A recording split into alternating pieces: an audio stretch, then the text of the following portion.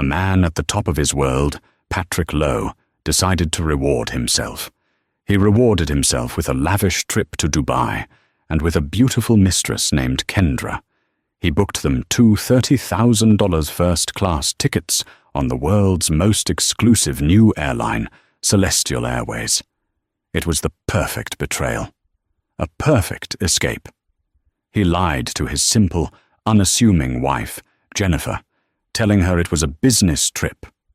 But as he and his mistress boarded the flight, champagne in hand, the lead flight attendant looked past him, smiled and said, "Mrs. Lowe, welcome aboard.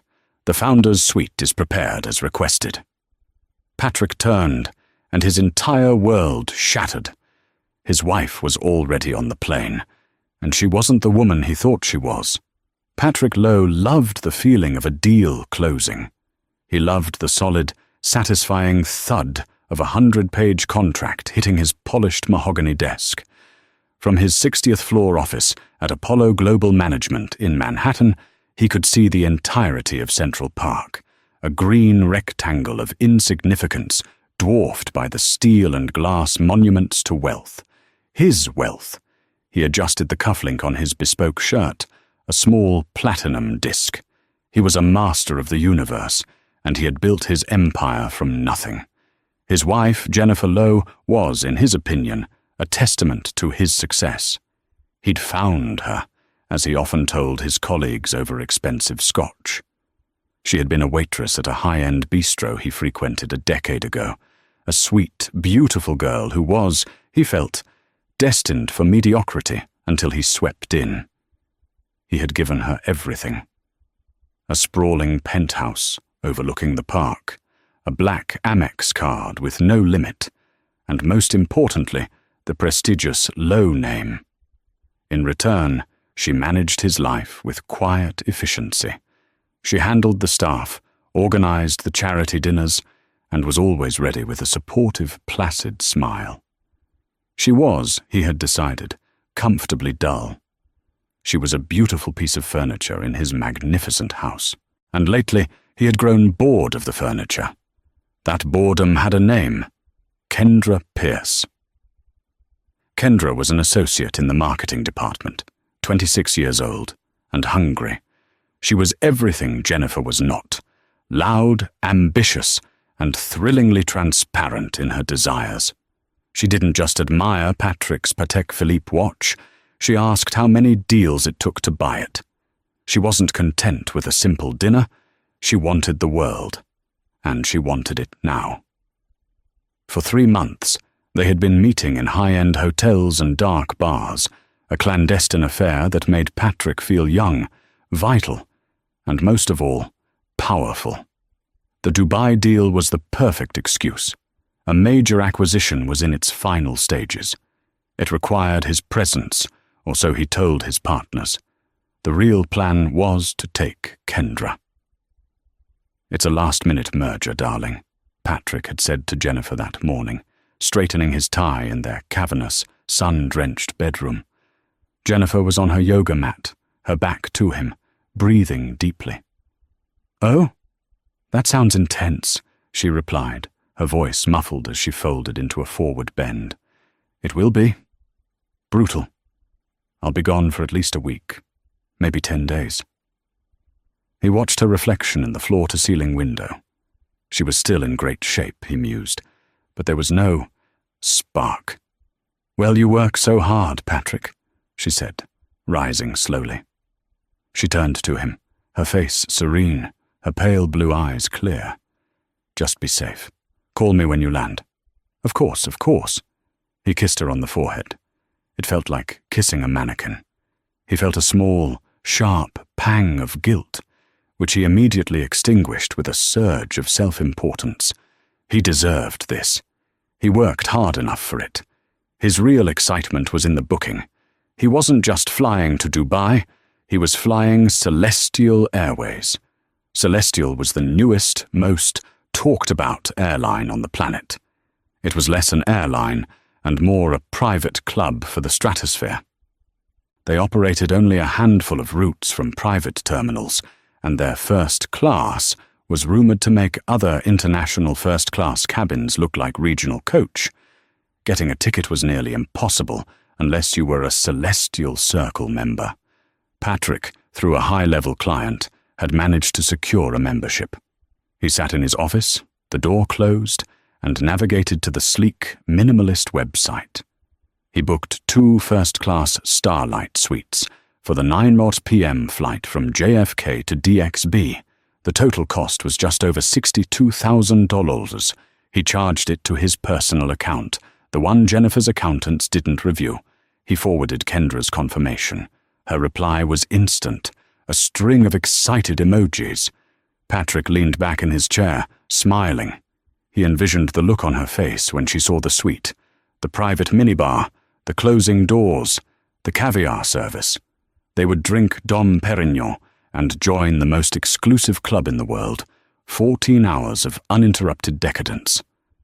That evening, he packed his Goyard suitcase. Jennifer sat on the edge of their massive bed, watching him. "Is it the Al Jamil merger?" she asked quietly. Patrick paused. "Yes, as a matter of fact." "How did you know?" "I remember you mentioning it last month. You said it was a difficult negotiation." "It is," he said, zipping the bag. "They're tough, but they haven't met me." "No," Jennifer said, a small, unreadable smile on her face. "They certainly haven't." "Well, good luck, Patrick. Knock 'em dead." He kissed her goodbye, the scent of her simple, lavender-scented lotion filling his nose. He walked out of the apartment, the door closing behind him with a heavy, silent click. He felt a sense of relief, of escape.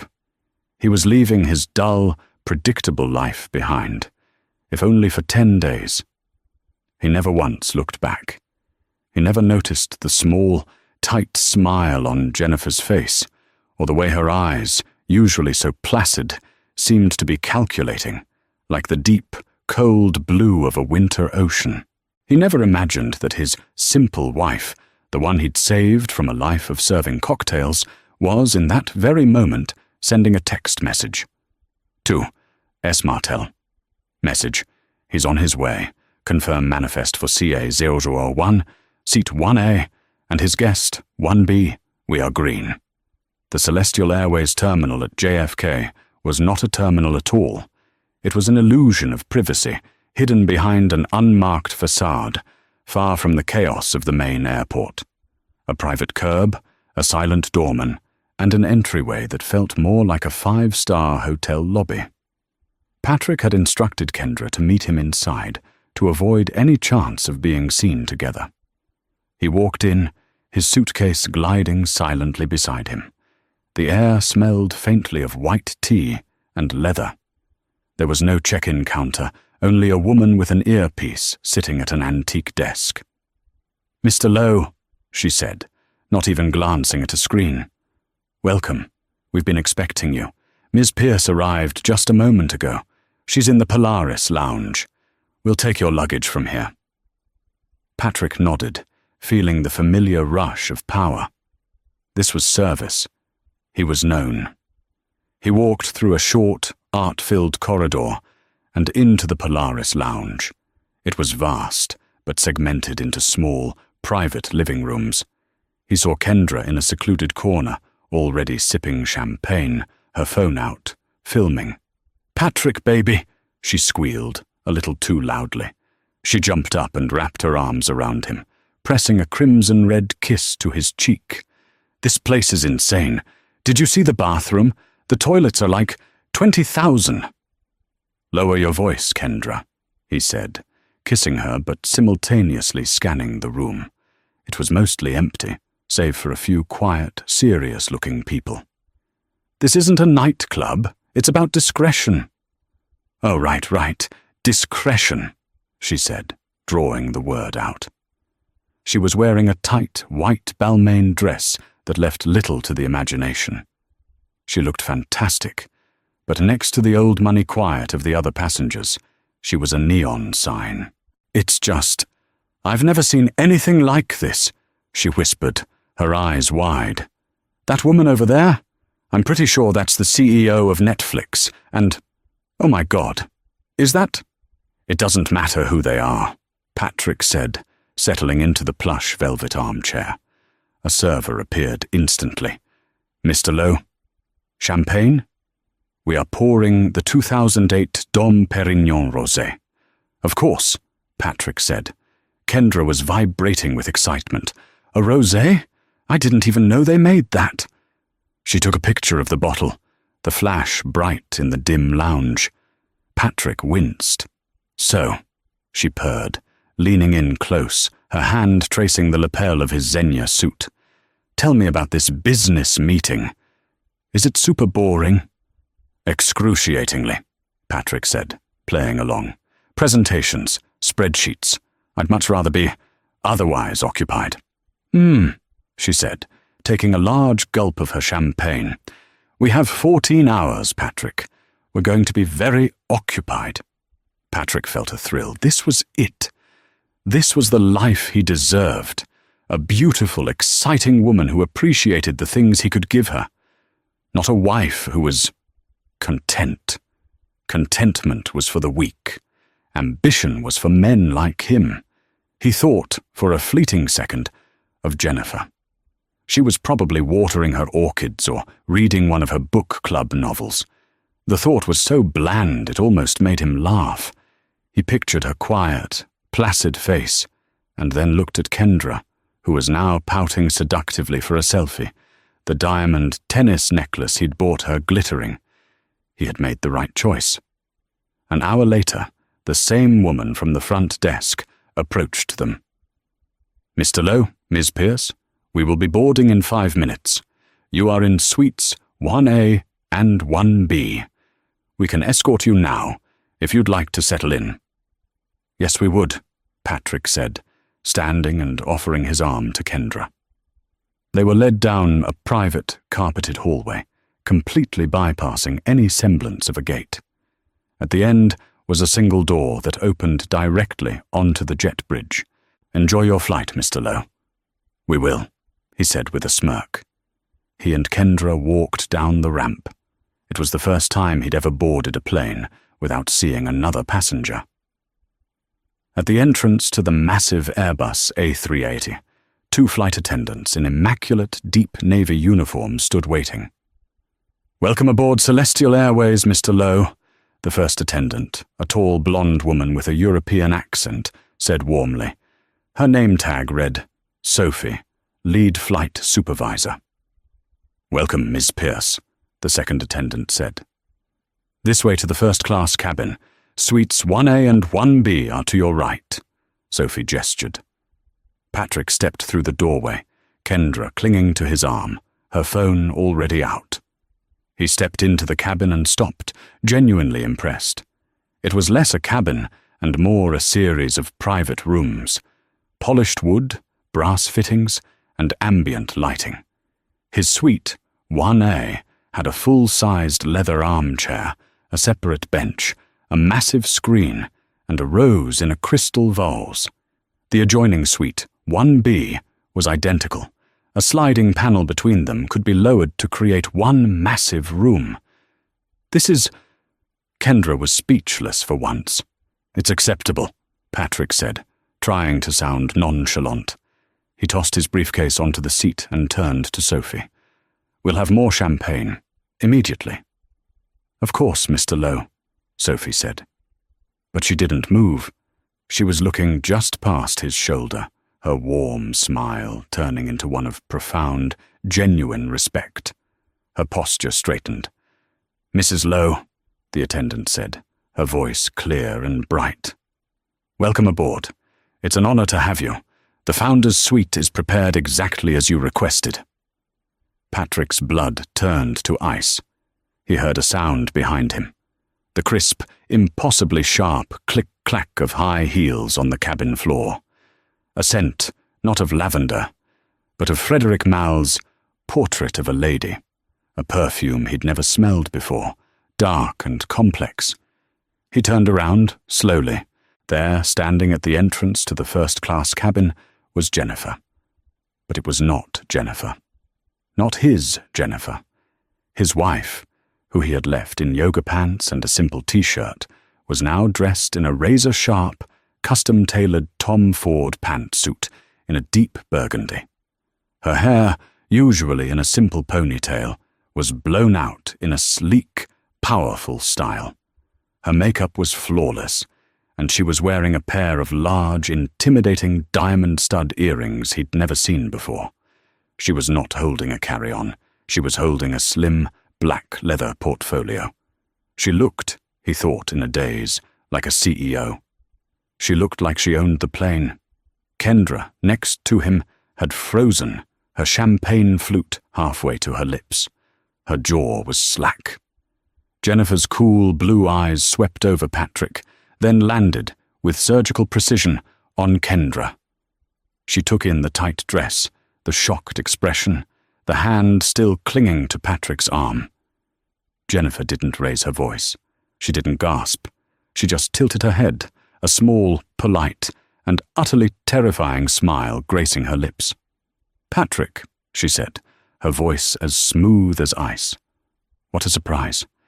"And Kendra, isn't it? From marketing." She then turned her gaze to Sophie, the lead attendant. "Sophie, lovely to see you again. Is the 5G connection stable? I have a board call with the Al Maktoum group in an hour." "Yes, Mrs. Lowe. We've routed it through the military-grade satellite. You'll have 0 latency," Sophie replied. Jennifer nodded, then looked back at her shell-shocked husband. "Well, do try to enjoy the flight. I know I will." She turned and walked past the first-class cabin toward the very front of the aircraft. An attendant, who had been standing by a door Patrick hadn't even noticed, pulled it open.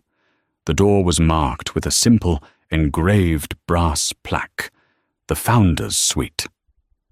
Jennifer stepped inside, followed by the attendant. The door closed with a soft, expensive snick.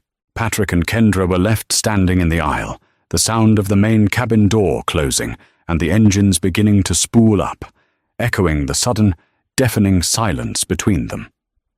The plane began its pushback. The safety video, a beautifully produced piece of cinema, started to play on Patrick's screen. He couldn't hear it. The only sound in his head was the click of that suite door. The Founder's Suite. "Patrick," Kendra whispered, her voice shaking. She had gone pale beneath her spray tan. "What is going on? Who is she? You said she was a housewife." I don't know," Patrick stammered. He sank into his leather seat, his mind racing. This was impossible. This was a nightmare. How was she here? How did she look like that? Who was Mrs. Lowe? The attendant had spoken to her with a deference he, a 62,000 ticket holder, had not received. Sophie, the lead attendant, reappeared, her professional smile firmly in place. "Mr. Lowe, Ms. Pierce, can I get you that champagne before takeoff?" What is that suite?" Patrick demanded, his voice low and tight. "That is the Founder's Suite, sir," Sophie replied, her tone perfectly level. "And who?" "My wife. Mrs. Lowe is one of our most valued clients, sir," Sophie said, her eyes betraying nothing. "Now your champagne?" "No," Patrick snapped. "I want to see her." He stood up. Sophie didn't move, but she somehow blocked his path. "I'm afraid that's impossible, Mr. Lowe. The Founder's Suite is a private residence, and Mrs. Lowe has requested no disturbances whatsoever. Please, take your seat. We are about to take off." There was a steel in her voice that told him this was not a negotiation. Defeated, he slumped back into his chair. The massive A380 roared to life and lifted gracefully into the night sky. The seatbelt sign pinged off. Almost immediately, the panel between his and Kendra's suites slid open. Kendra was standing there, her arms crossed, her face a mask of fury. "You have 10 seconds to explain, Patrick, or I am walking. I don't know where, but I am done." "I told you, I don't know," he hissed, unbuckling. "This is a setup. She must have found out. She must have found out. Found out doesn't get you a private suite at the front of the plane. Found out doesn't get you a custom Tom Ford suit and a flight attendant who looks at you like you're the Queen of England. You lied to me, Patrick. Who is she? She's no one, Patrick insisted, but the word sounded hollow even to him. She was a waitress. Her parents are, I don't know, middle-class nobodies from Ohio. She's been living off my money for 10 years. Really? Kendra said, her voice dripping with sarcasm. Because it looked to me like you were the one flying coach. She called me Kendra, from marketing. She knows who I am, Patrick. She knew we'd be here. The realization hit Patrick like a physical blow. This wasn't a coincidence. This was an ambush. Jennifer knew. She had known this morning, when she calmly wished him good luck. She had let him walk right into this. The 14-hour flight stretched before him like a prison sentence. The service began. It was, as promised, flawless. Caviar was served from mother-of-pearl spoons. The scotch was 25-year-old Macallan. But every time an attendant came by, Patrick felt their eyes on him. They knew. He was the fool, the cheating husband in 1A. Kendra, meanwhile, had descended from panic to sullen fury. This entire trip is ruined, she muttered, aggressively stabbing at her caviar. This was supposed to be our trip. Now I have to spend 14 hours hiding from your supervillain wife? What happens when we land? Is she having us arrested? Don't be ridiculous, Patrick said, though his heart hammered at the thought. She has no power in Dubai. Doesn't she? Kendra shot back. She's on a board call with the Al Maktoum Group. You know who that is, right? They own Dubai. We're flying into her territory, you idiot! Patrick's stomach twisted. He grabbed his phone. He had paid for the high-speed Wi-Fi. He sent a text to Jennifer. Jay, I can explain. Delivered. Not read. He sent another. What is this? What are you doing? Delivered. Not read. He tried to call. It went straight to a not available message. She was on the plane's internal network, and she had blocked him. He was trapped, halfway through the flight. Desperate, Patrick got up. He needed answers. He walked to the front of the cabin.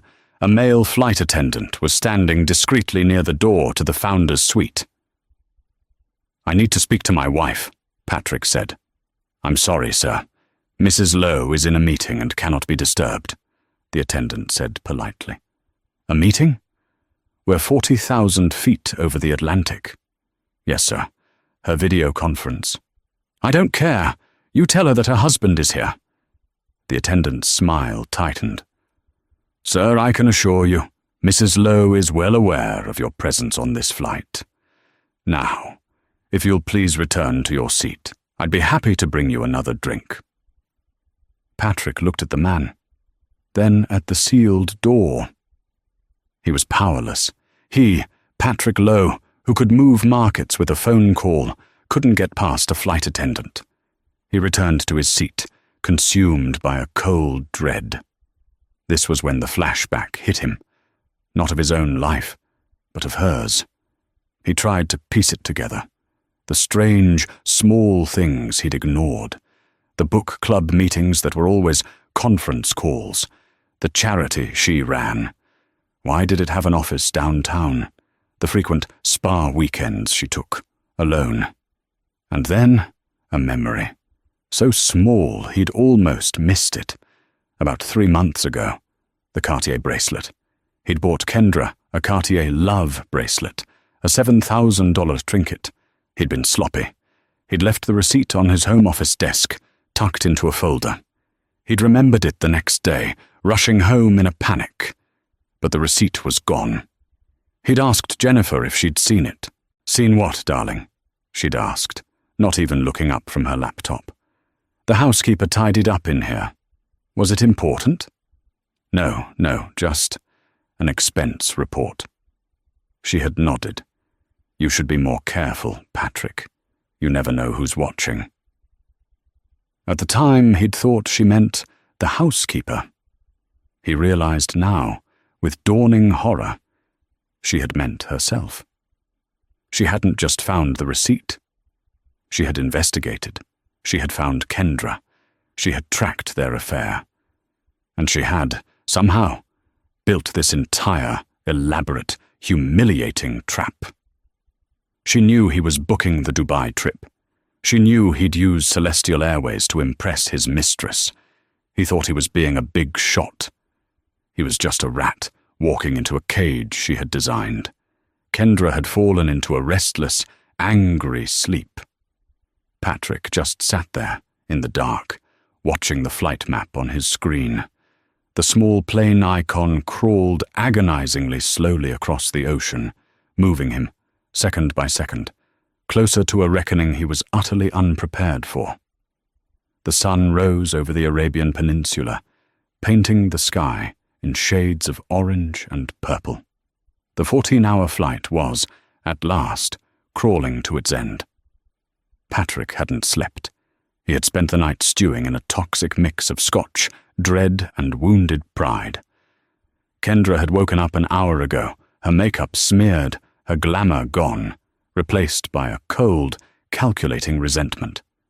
"So," she said, sipping an espresso, "what's the plan, master of the universe? When we land, are we just going to check into our hotel and pretend your wife isn't in the same city?" The hotel. Right, Patrick muttered.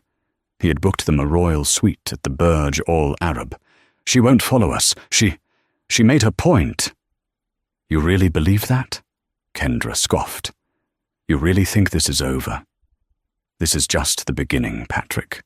A woman who can pull this, she gestured around the cabin, isn't just making a point. She's declaring war. Before Patrick could respond, the male flight attendant approached his seat. He was holding a single heavy cream-colored envelope, sealed with a wax D. "Mr. Lowe," the attendant said, his voice neutral. "A note from Mrs. Lowe. She will see you now." Kendra sat bolt upright. "Us?" The attendant looked at her as if noticing her for the first time. "No, ma'am, just Mr. Lowe. She was very specific. Please, sir, follow me." This was it. Patrick's heart hammered. He smoothed his suit, which felt rumpled and cheap. He stood up, his legs unsteady, and followed the attendant to the front. The attendant knocked softly on the door to the founder's suite. A voice from within, Jennifer's, called out, "Enter." The attendant opened the door and gestured for Patrick to step inside. Then he pulled the door shut, leaving Patrick alone with his wife. His jaw dropped. This was not a plane seat. It was an apartment. The room was larger than Patrick's entire Manhattan office. It was decorated in soft greys and blues, with original abstract art on the walls. To his left was a full, king-sized bed in a private bedroom area. To his right was a lounge with a sofa and 2 armchairs. And straight ahead, in front of a massive picture window, was a full-sized partner's desk, currently covered in documents and a sleek, silver laptop. Jennifer was sitting at that desk. She had changed. She was now in a cream-colored silk blouse and trousers, looking relaxed, as if she'd just woken up from a full 8 hours of sleep. A half-eaten breakfast of fruit and pastries sat on a tray. "Patrick," she said, not looking up from her laptop. "Sit." She gestured to one of the armchairs. He sat. The silence was deafening, broken only by the click of her keyboard. He was being summoned, like an underling. "Jennifer, what is this?" he finally managed. This plane, your clothes, the Al Maktoum call. What is going on?" Jennifer typed one last sentence, then closed the laptop. She swiveled in her chair to face him. Her expression was not angry. It was not sad. It was bored.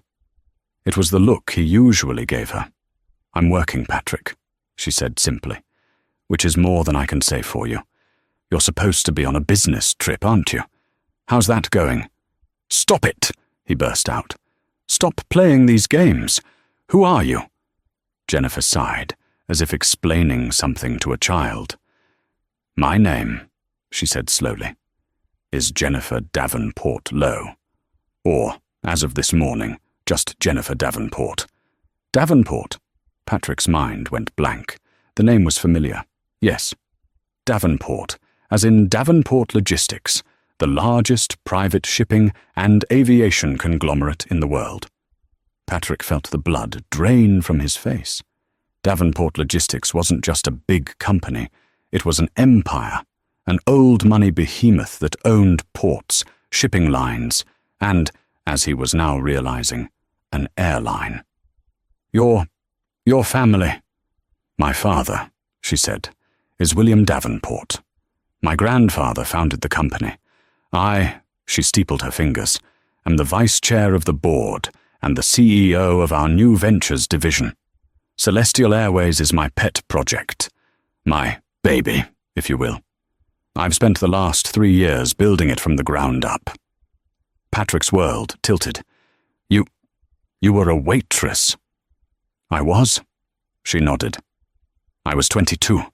I had just graduated from Yale, summa cum laude, not that you ever asked.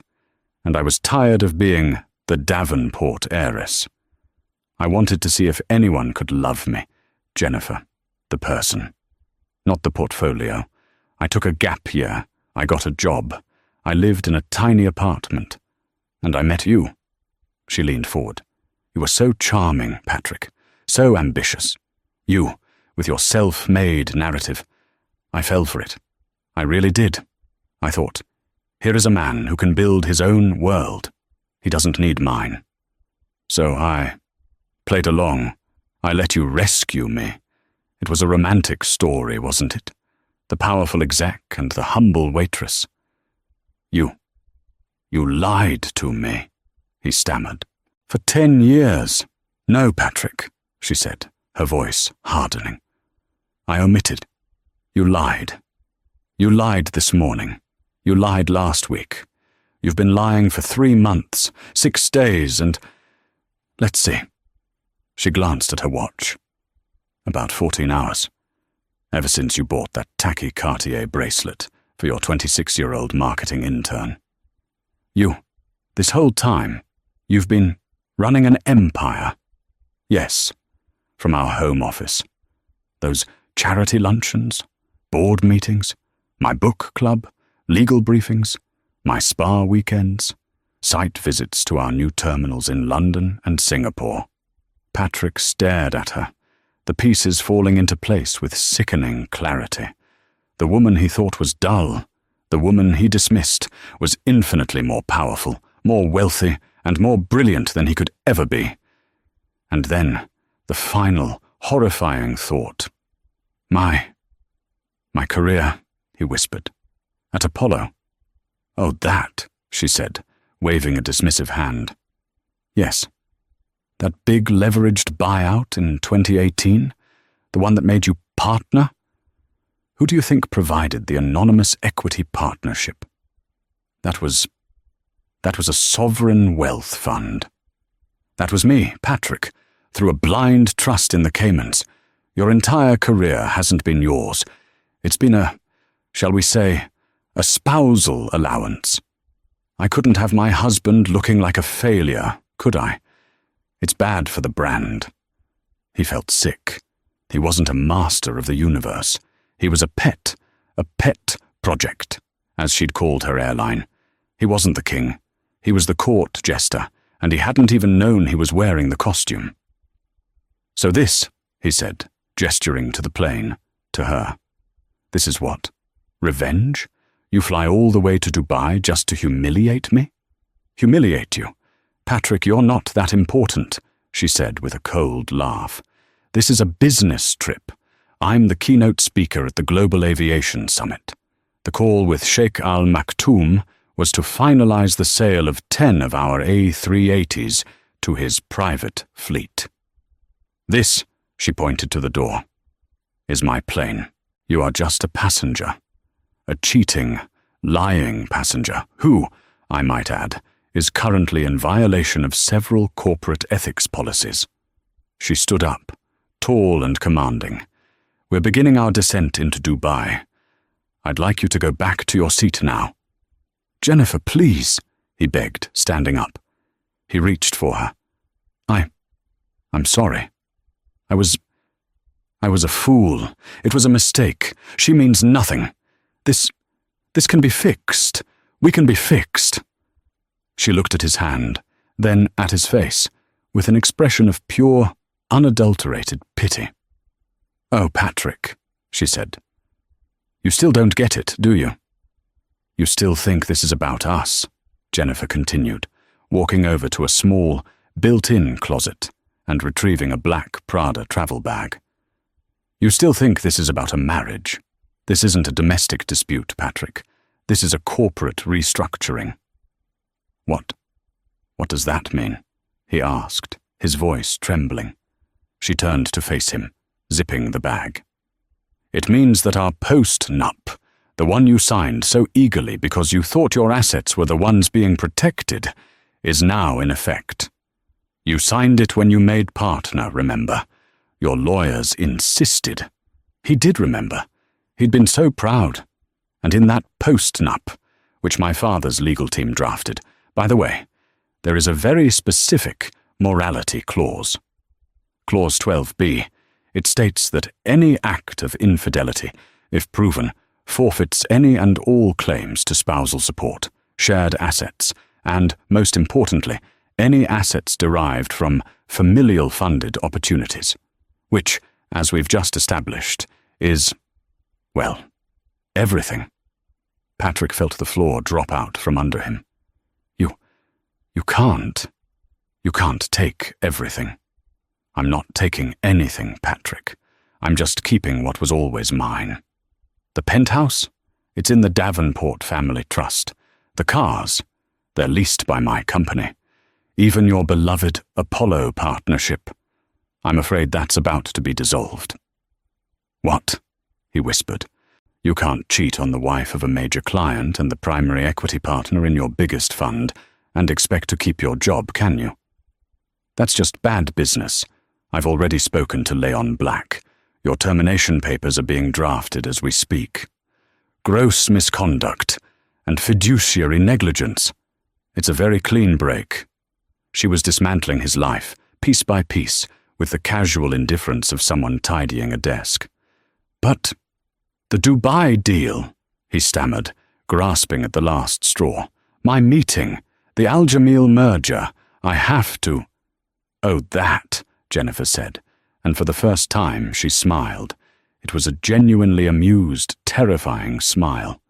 There is no Al Jamil merger, Patrick, at least not for you. My competitors at Emirates were trying to buy them out. I, however, wanted their cargo division. So, I had my team leak a rumor to Apollo that Al Jamil was looking for an American partner. You, being the expert in the region, thanks to the connections I gave you, jumped at it. You created the deal? Just to ensure you'd be on a flight to Dubai this exact week. I knew you couldn't resist bringing her. She flicked her eyes toward the door. And I knew you'd be arrogant enough to book my airline. You thought you were giving her the world. You were just handing me the evidence. The flight manifest, the booking records, your adjoining suites. It's all a very neat little package for the divorce court. The prepare for landing sign chimed. The deal, Jennifer said, closed 48 hours ago. With me. Al Jamil's cargo division is now a fully owned subsidiary of Davenport Logistics. She walked to the door and opened it. The male flight attendant was waiting. We're on final approach, Mrs. Davenport. Thank you, Robert, she said. She looked back at Patrick. He was a statue, a hollow man. You should return to your seat. It's the only one you have left. Enjoy your landing, Patrick. He stumbled out of the suite, the door clicking shut behind him. He felt the eyes of the flight attendants on him. He was a ghost. He collapsed back into 1A. Kendra looked at him, her face a mixture of fear and impatience. What? What did she say? Did you fix it? Is she getting off at a different airport? Patrick just stared ahead. He couldn't speak. Patrick, talk to me. What did she say? It's over, he whispered, just as the wheels touched down with a gentle bump on the Dubai runway. The plane taxied, not to the main terminal, but to a private Royal Air terminal. Patrick watched out the window as a fleet of black Mercedes Maybachs pulled up on the tarmac. The seatbelt sign pinged off. Sophie's voice came over the intercom. Welcome to Dubai. We hope you have enjoyed your flight on Celestial Airways. We ask that all passengers in the Starlight Suites remain seated until our guest from the Founders Suite has disembarked. A private jet bridge, covered in a royal purple carpet, connected to the Founders Suite's private door. Patrick watched, horrified, as Jennifer stepped out, looking fresh and rested. A man in a pristine white dishdasher greeted her with a respectful bow and escorted her into the lead Maybach. Her luggage, which had been in her suite, was loaded into a second car. In less than 60 seconds, she was gone. Then, the jet bridge to the main first-class cabin was attached. You may now disembark, Sophie said, her smile returning. Thank you for flying with us. Patrick and Kendra stood up. They were the first to walk off. They stepped into the terminal, not the royal one, but the standard first-class terminal. As they walked toward passport control, Patrick's phone vibrated. It was an email. From Apollo Global Management, Legal. Subject, Notice of Termination. A second one. From Amex Centurion Services. Subject, An important update to your account. A third one. From jennifer.low.legal.office. Subject, You have been served. Attached was a 200-page PDF, Divorce Papers. Patrick, Kendra said, her voice high and sharp. My bag. Let's go to the hotel. I need a real drink. They cleared customs. A porter, arranged by Celestial, had their bags. They walked out into the humid Dubai night toward the taxi line. Where's the car? Kendra demanded. You ordered a car, right? Yes, Patrick said, his mind foggy. He saw a man holding a Low sign. He rushed over. Low, that's me. The man looked at his list. I have a car for Mrs. Jennifer Davenport Low. She already left, Patrick said. Yes, sir. She took her car. I have no other reservation for Low. The man bowed and walked away. What? Kendra shrieked. She took the car? She left us here? We'll just get a cab to the Burj, Patrick said, his hands shaking as he tried to pull out his wallet. They got into a cab. Patrick gave the destination.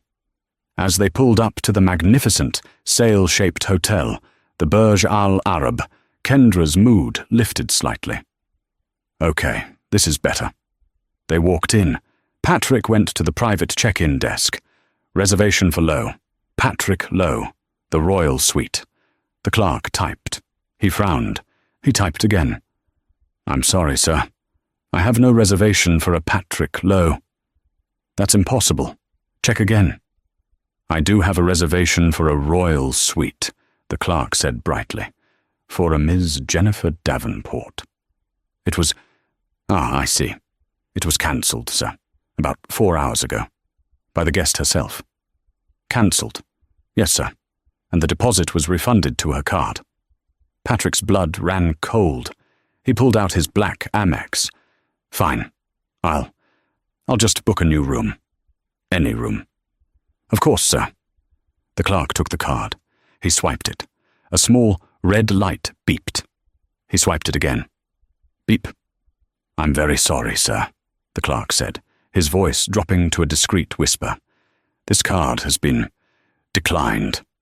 Declined? Patrick said, too loudly. That's impossible. Run it again." "Sir, I cannot. It is declined." Kendra, who had been watching this entire exchange, took a slow step backward. Her face, which had been angry, then fearful, now settled on comprehension. "It's declined," she stated. "It's a mistake," Patrick hissed, fumbling for another card. "A corporate visa." The clerk ran it. Beep. "Declined, sir." "A personal MasterCard." Beep. "Declined." It was all gone. Jennifer hadn't just cut him off. She had scorched the earth. Kendra stared at him. He was no longer Patrick Lowe, master of the universe. He was just a man, sweaty and panicked, in a hotel lobby with no money. "Kendra," he pleaded. "Baby, this is just a mix-up. I'll sort it out. We just—" Kendra held up a hand. She looked at him, then at the opulent lobby, then back at him. "You lied to me," she whispered, her voice filled with a venom he'd never heard. "You told me she was nothing. You said you were the power. But you're nothing. You're a kept man. And you're not even that anymore." "Kendra, please! Don't touch me!" she shrieked as he reached for her. "You ruined my life. I'm associated with you. I'll probably be fired. You're nothing." She turned on her heel. She grabbed her own small suitcase and stormed out of the lobby, leaving him standing there, alone, under the gaze of the disgusted hotel staff. The humiliation was total.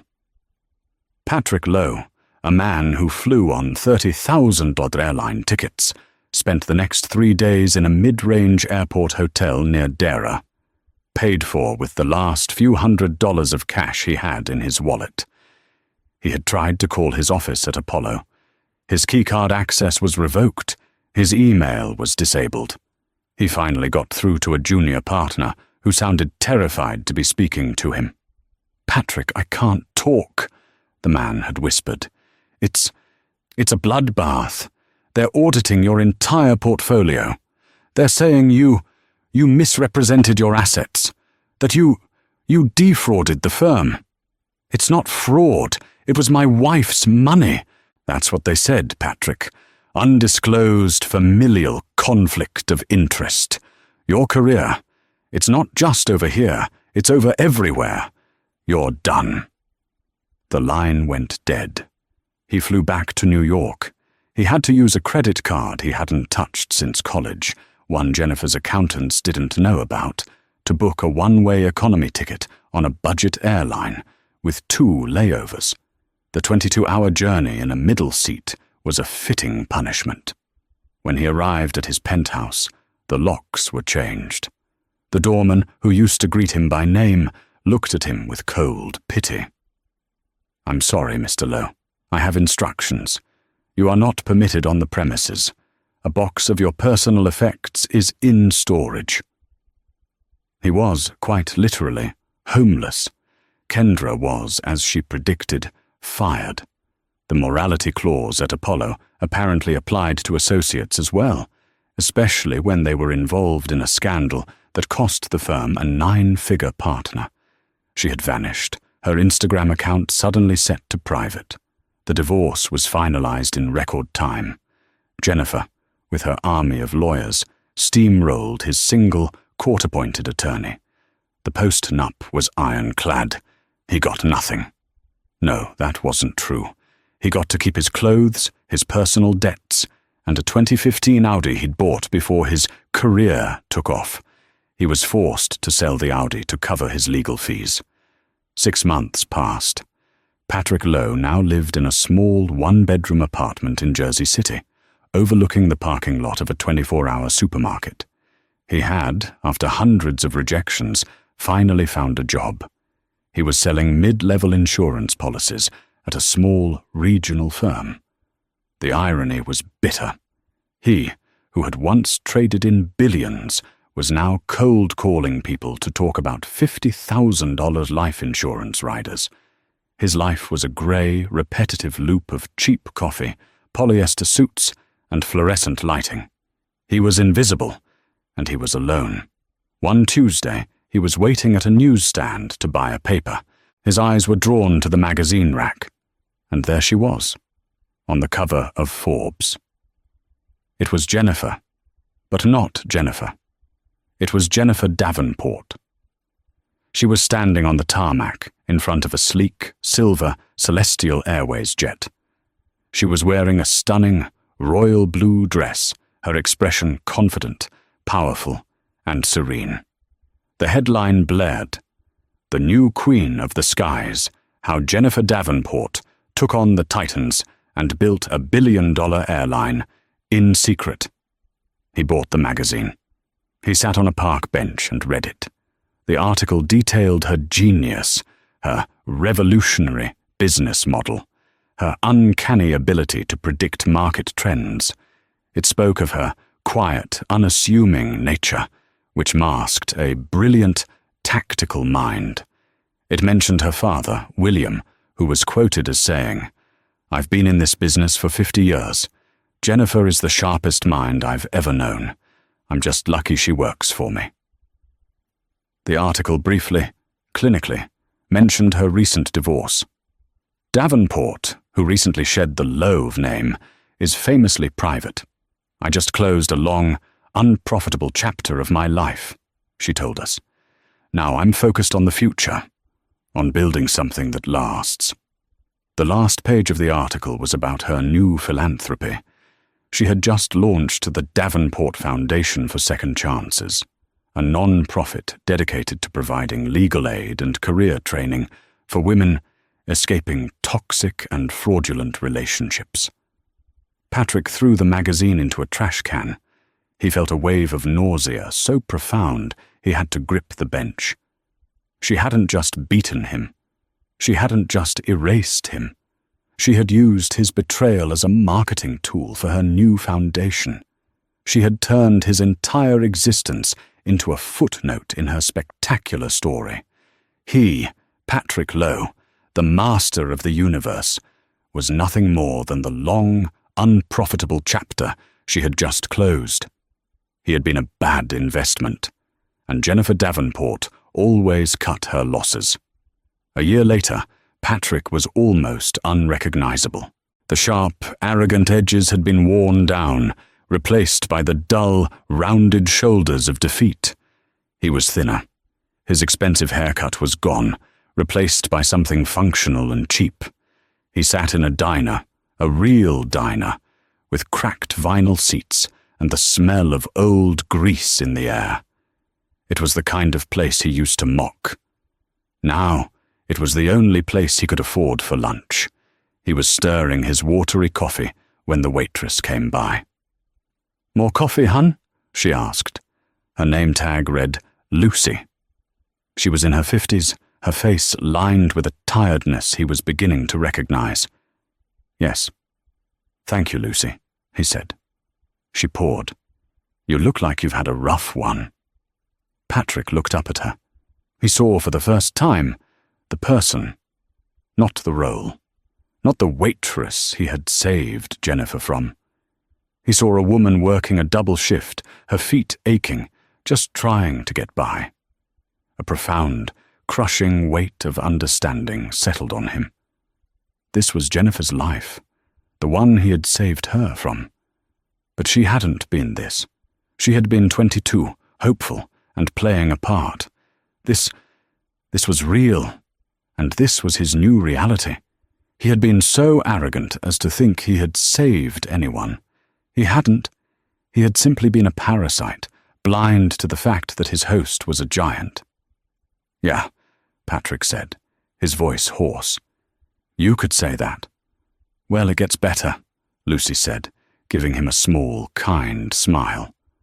"Or it doesn't. But the coffee's always here." She walked away to help another table. Patrick looked out the window. A bus roared by, splashing grimy water onto the glass.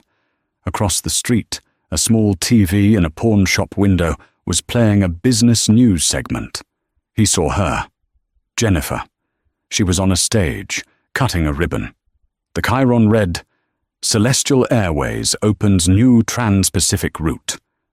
She was laughing, surrounded by pilots and executives, all of them looking at her with pure adoration. She looked happy, free. Patrick looked down at his coffee. He thought of the 30 Hauls champagne he'd ordered. He thought of Kendra's cheap excitement. He thought of his 60th floor office.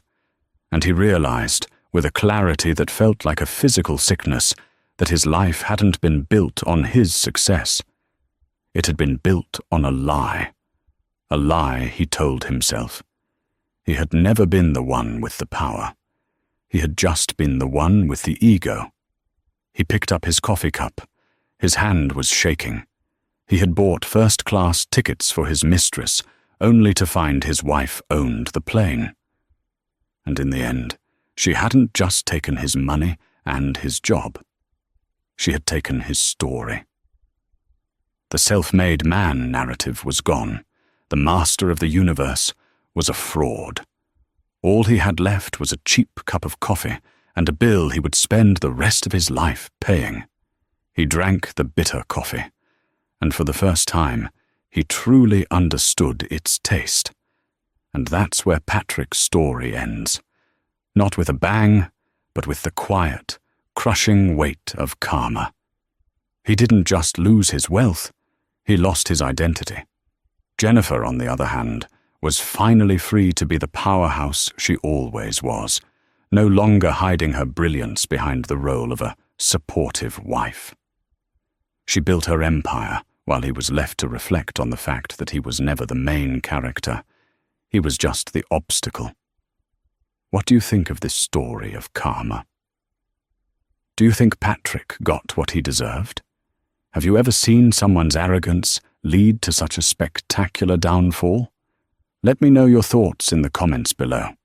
This story was a wild one to tell, and if you enjoyed this journey of drama and revenge, please make sure to hit that like button, share this video with someone who loves a good story, and most importantly, subscribe to the channel for more real-life dramas just like this one.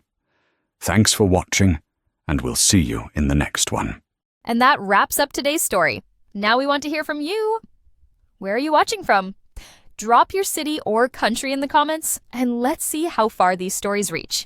If this story moved you or gave you chills, give it a like, share, and subscribe for more powerful stories. One last thing, rate the story from 1 to 10 in the comments. Your feedback helps us bring you even better ones next time. Thanks for watching. We appreciate you being part of this storytelling journey.